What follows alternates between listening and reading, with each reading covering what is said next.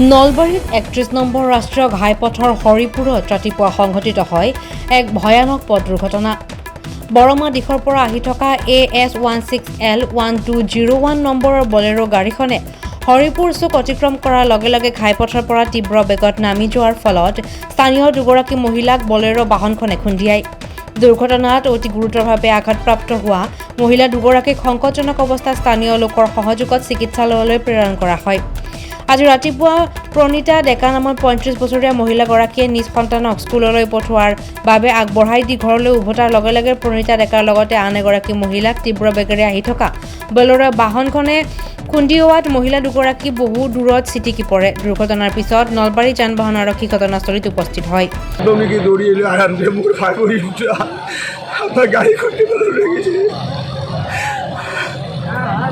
কিমান সময়ত 8টা বজা নাই চলি থবা আহিছিলোঁ হয় 8টা বাজিছে কি ড্ৰাইভাৰটো পানীত পৰি আছে তাতে গাড়ীখনৰ তলত আৰু ইয়াতে খুন্দা পাইছে তলত কঁকালখন লাৰিব নোৱাৰে। এতিয়া ক'ত আছে? এতিয়া বৰ্তমান এটা খুচুৰা নিছে এটা বোলে হালধি নিছে হস্পিটেল লৈ গৈছে।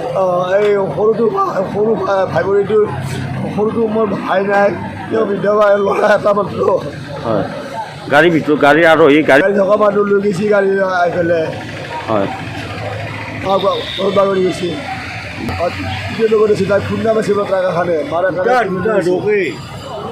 হয় এই ট্ৰাকে খুন্দাইছিল বোলে ট্ৰাকখন গ'ল আৰু হয় দুটা ভাই ভনী মোৰ নাম কি? আমি এটাৰ নাম হ'ল প্ৰণীতা ডেকা হয় এটাৰ নাম ৰিজা ডেকা। কিমান বয়স?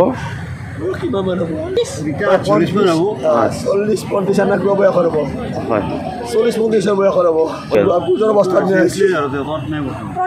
আৰু কি আহিছে হয় এই পইণ্টে কিন্তু জনহক পইণ্টে ডেকা হয় জেগাতে আহিছে অভাৰব্ৰিজৰ এইখিনিৰ মাজত সঘনাই এক্সিডেণ্ট হৈ থাকে। হয় আজি কি হৈছিল? আৰু আমাৰ সৰু চাৰিচকীয়া বাহনৰ মাজত বেছি হয়। আজি কি হৈছিল? আজি ৰাতিপুৱা মই চোতাল সাৰি আছোঁ, দুজনীমান তিৰোতা ইফালে আহি আছে। মই ক'লোঁ আপোনালোকে ক'ত যায়? তেতিয়া কৈছে যে এতিয়া এক্সিডেণ্ট হৈছে।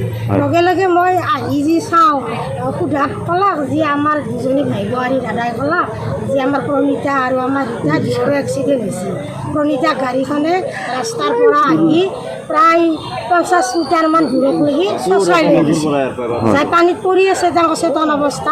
ল'ৰাটো স্কুলত পঠাৰ কাৰণে স্কুলত যোৱাৰ কাৰণে গাড়ীত উঠাই দিছে। উঠাই দি তেওঁ অলপ থিয় হ'ল আৰু ল'ৰাটো আড়াল হ'ল নেকি চাই আছে। চিকিৎসালয়লৈ নলবাৰীত লৈ যোৱা হৈছে।